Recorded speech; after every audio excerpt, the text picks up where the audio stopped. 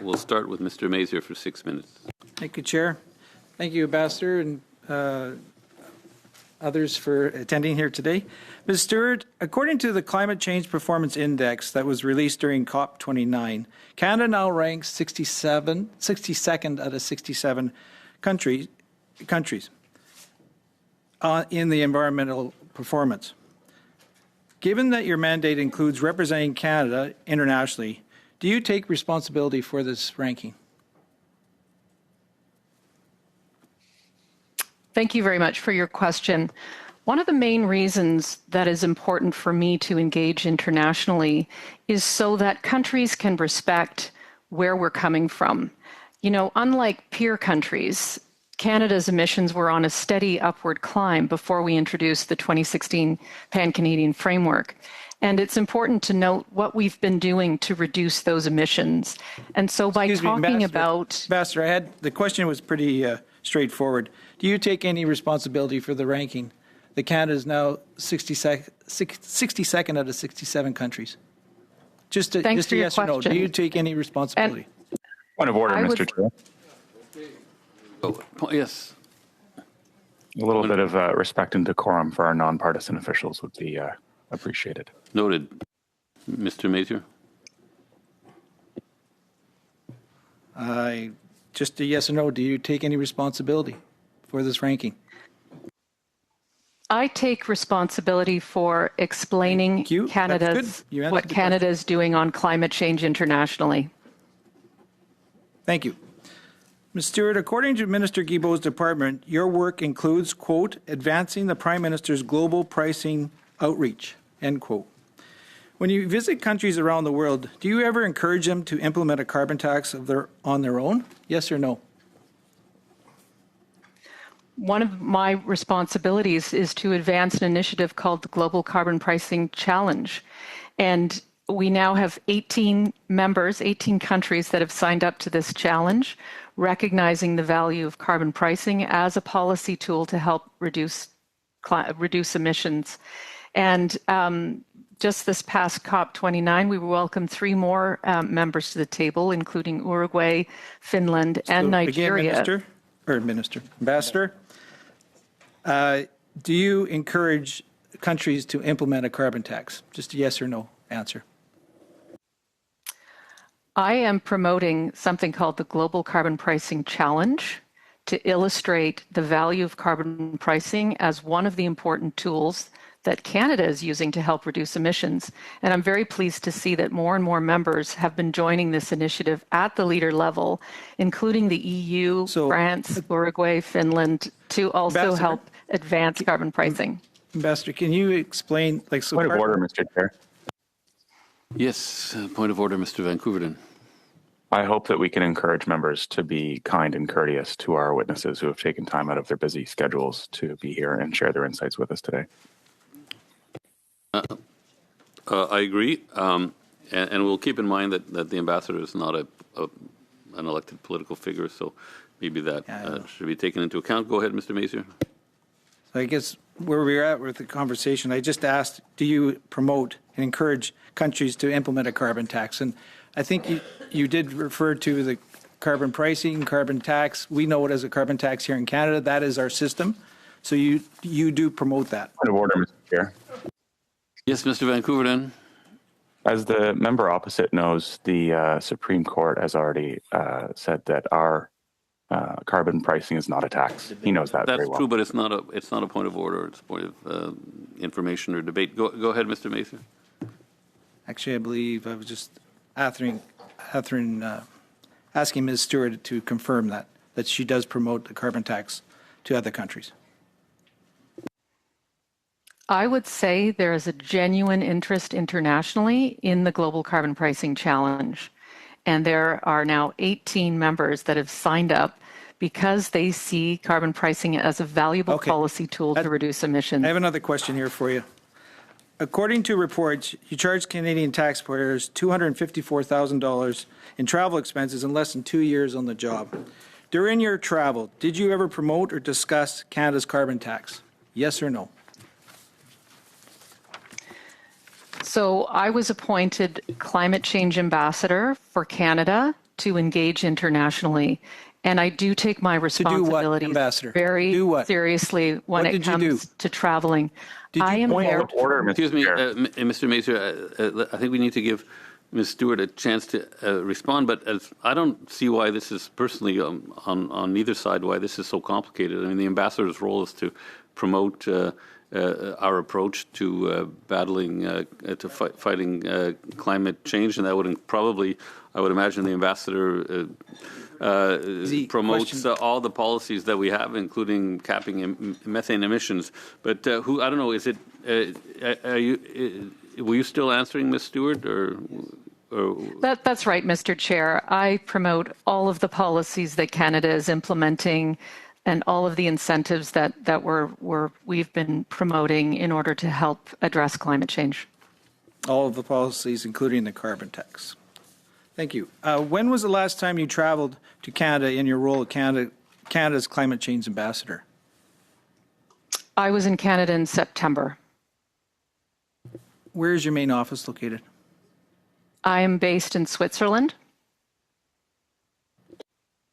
Media reports you were in Paris and London for, quote, carbon pricing outreach. During those trips, you charged Canadian taxpayers over $400 a night in hotels. What is carbon pricing outreach? As I mentioned, my role as climate ambassador is to talk about what Canada does to address climate change, including promoting the Global Carbon Pricing Challenge. And to give some assurance to this committee of the seriousness I take of travel, I would like to turn to our CFO, who is at the table, our Chief Financial Officer, that's okay. I who have can one more talk question about for you, actually. the rigor I go through in order to determine my travel. Okay, well, we're going to have to stop there because the 6 Thank you, minutes Mr. is- Chair. Thank you, Mr. Chair. Ambassador, I'd like to start on the international shipping industry. Minister Guilbeault was quoted in the Toronto Star recently that he was very supportive of the new proposed global carbon tax on international shipping. But when he came to committee last week, he kind of pretended that he's never said those words before. So I'm curious, have you in your capacity been involved in any conversations with anybody within the government or the international community about this new global carbon tax on international shipping? Thanks for your question. The Department of Transport manages our participation in negotiations at the IMO, the International Maritime Organization, and I think they would be better placed to answer that question. So I'm happy to follow up with more information on that. Point of order, Mr. Chair. Go ahead, Mr. Vancouverden, on your point of order. I'd like to provide Mr. Leslie the opportunity to correct the record on his misquote of the minister. Okay, which aspect maybe, or it's the point of debate actually, but Yes. It's a point of debate. But we can't be misquoting ministers in the meeting. Well, it's not a good practice, and the people, there should be corrections made, but we'll have to wait till the Liberals turn to, I guess, correct the record. But it's noted that you feel the quote was not accurate. Point of order. I'll point of order this one. I'd like to table a document from the Toronto Star that's titled Trudeau government backs talks for a levy on shipping to help developing nations fight climate change. And in the byline, it says Environment Minister Guilbeault says the federal government is, quote, very supportive of talks to create a new levy on greenhouse gas emissions from maritime transportation. So if I could table that with unanimous consent, Mr. Chair. Well, I don't know if this is, I know people do this, rise in the House and ask to table things, but in committee, is there such a procedure as tabling documents? So he can send it to. What you can send it to the clerk, and the clerk can get it translated and distributed. Now, we're going to continue. You have 3 minutes left, Mr. Leslie. Might I respond to that, Mr. Chair? No, I'm afraid you can't, Mr. Vancouverden. So we'll go to Mr. Leslie for 3 more minutes. Ambassador, in your capacity, and I appreciate transport may be the lead through the International Maritime Organization, but have on the sidelines of perhaps the recent COP or any other conversations you've had, has this ever come up? So reducing emissions. Sorry, I have. Point of order, Chair. Monsieur Leslie, Mr. Leslie asked to table a document, I believe. In the committee, I said if you want to do that, you would have to send it in because, first of all, it needs to be in the 2 official languages. And if he wants to share this document with the committee members, he has to send it to the clerk. And has he done that through a point of order? He needs to translate it and then send it to all the members through the clerk. Well, through this point of order, tabling a document, I would also like us to table the analysis of 300 economists who said there's no better way of going through an economic and energy transition than through carbon pricing. If you want to table that document, then we can distribute it. Leslie. I think I am over a target here that the current government doesn't really want to talk about, so I'll let the ambassador finish her response. Yeah, and I would just say thank you for your question. I engage in conversations about reducing emissions in every sector because we're in a climate crisis and the world needs to do more across the board. So whether it's, oil and gas sector, agriculture sector, methane, shipping, aviation, the conversations are happening globally everywhere so that we can do more. And I know Megan Nichols around the table could speak a little bit more about the International Maritime Organization in particular. Sure, go ahead, Ms. Nichols. Sure, happy to do so. The International Maritime Organization has been working for a number of years now to identify potential pathways for the international shipping sector to reduce its emissions. It's one of the highest emitters on the transportation sector and very challenging to decarbonize. And one of the options that's being discussed at the IMO is a carbon levy, along with also the concept of a low-carbon fuel standard. So these are live discussions that are happening that Canada is participating in. So obviously Canada is supportive if they are participating in it, and I guess the question is, has there been reflection on the economic impact on Canadians that are already struggling with that as part of these conversations? All countries who are IMO members participate in the discussions, so regardless of their position on this particular concept or not. In terms of the economic impact, that is indeed part of the assessment of all of the different options that are on the table at the IMO, looking at the impact on states, including those that are more countries in the path of development. Okay. Ambassador, the Liberals, as outlined by the Parliamentary Environment Commissioner, are failing to meet their emissions target. In fact, they have the worst record in the G7, despite us having a punishing carbon tax that is driving up the cost of everything and making us less competitive. So the U.S. is ranked above us, which doesn't have a carbon tax. In your conversations, how is it possible they have a better track record than Canada? So thanks for your question. I think, we have very good relationships with G7 colleagues who want to hear about Canada's experience.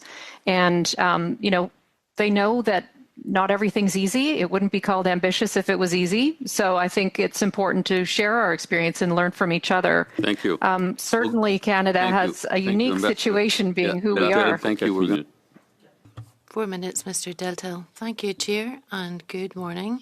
And good morning especially to the Ambassador. You're appearing before this standing committee virtually, and that's a very good thing. So why are you here as a virtual witness, whereas you've had 30 trips over the last 2 years with a very high environmental price? Thank you for your question. I am based in Switzerland. My spouse is posted here from Global Affairs Canada, and I'm here as an accompanying spouse. And so I didn't feel it was necessary to pay the cost to fly to Canada for this committee appearance. And I do take lots of virtual meetings in the course of my role as well. Oui, d'accord, mais le problème, c'est parce que vous avez visité. Yes, fine, but you have visited 5 continents, you've travelled everywhere, and your environmental footprint is a very heavy one. Whereas here, it's fine that you are appearing virtually. I prefer that rather than going across the Atlantic twice to speak about the environment. But why have you not had more virtual meetings rather than having 30 trips that have cost taxpayers over $250 million? Thank you for your question. I do take many virtual meetings as well as engage in person. As Canada's climate ambassador, I have been asked to represent Canada internationally, and so that is why I travel as part of my role. And I do take that responsibility very seriously. And that's why I would like to turn to the Chief Financial Officer who is in the room, who can speak to the rules and the directives that I follow in my role. Vous dites que vous parlez de ça très personnel. You said that you take that very personally. That's very good. Congratulations. But what has been the environmental bill that you've had to pay? We've talked about 250,000, as we saw in the National Post. What is your environmental bill when you have travelled to over 30 countries and to 5 continents? And personally, what have you paid personally, environmentally, when you could have done it otherwise? I would like to turn to our Chief Financial Officer to also speak to public servants and the offsets that are made for public travel of public servants, please. Pouvez-vous m'expliquer pourquoi, Could you explain why, when you were in Canada, you travelled from Toronto to Ottawa backwards and forwards by plane, but you could in fact have taken the train and shown your attachment to the environment? Thank you for your question. When I am invited to be somewhere, I do look at all the options, and sometimes it makes more sense. It's faster air travel, as you know, than train. But certainly, I do take this responsibility very seriously. Oui, alors, Point of order, est-ce que vous Mr. avez... Chair. Yes, so Point of order, yes. I'm just wondering about the relevance of this line of questioning to the purported purpose that we have these officials here, rather than grilling them on their specific choices on transportation methods. I think we have some rather larger policy issues that we should be addressing. Don't you agree, Mr. Deltel? Alors, monsieur... It's within the frame of the discussion because we're discussing emissions reductions, but I would agree that we're narrowing in on one, an important but nonetheless partial aspect of a very broad issue, if I can put it that way. But it's Mr. Deltel's time, so you've got a minute left. Monsieur le Président, c'est sur une question de règlement. I'm sorry. just a moment, this isn't a point of order. Yeah, I've got another comment. as a response to your point of, but it's not a point of order. Well, not Well, it's really. it's on relevance. You could call it a point of order, but Point of what- order on relevance, Yeah, because point of order on relevance. we're talking about Government of Canada's 2030 No, I target for understand. reducing greenhouse gas emissions. We're not talking about the Budget? ambassador's personal travel schedule. I understand that. It We have is, about it is 50 far from the core of the issue, but Bon. Mr. Deltel, would you like to respond to that? Très bien. Alors, dans la lettre de mandat de In the mandate letter from the ambassador, it said that Canada's environmental policies need to be put into practice.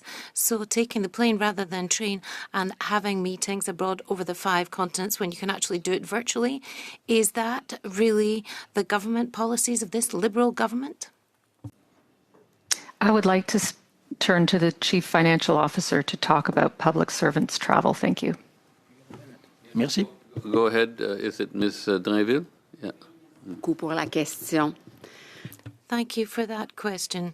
Now, as you know, before undertaking travel, each official is very much encouraged to look at all of the possible means available, depending on why they have to travel, if it's appropriate to do it virtually, or if it's better to take the train or the plane, and who pays the environmental bill, who foots the bill. Is it the person who's travelling or the government? It's the government who pays the environmental bill. So then we wash our hands and say, OK, we're buying trees, and that means we can continue to have trips throughout the world. Of course, the government, the current government, has a way of doing things, buying credits and offsets. What's the total of the credits that Canadian taxpayers have bought? Now, Mr. Van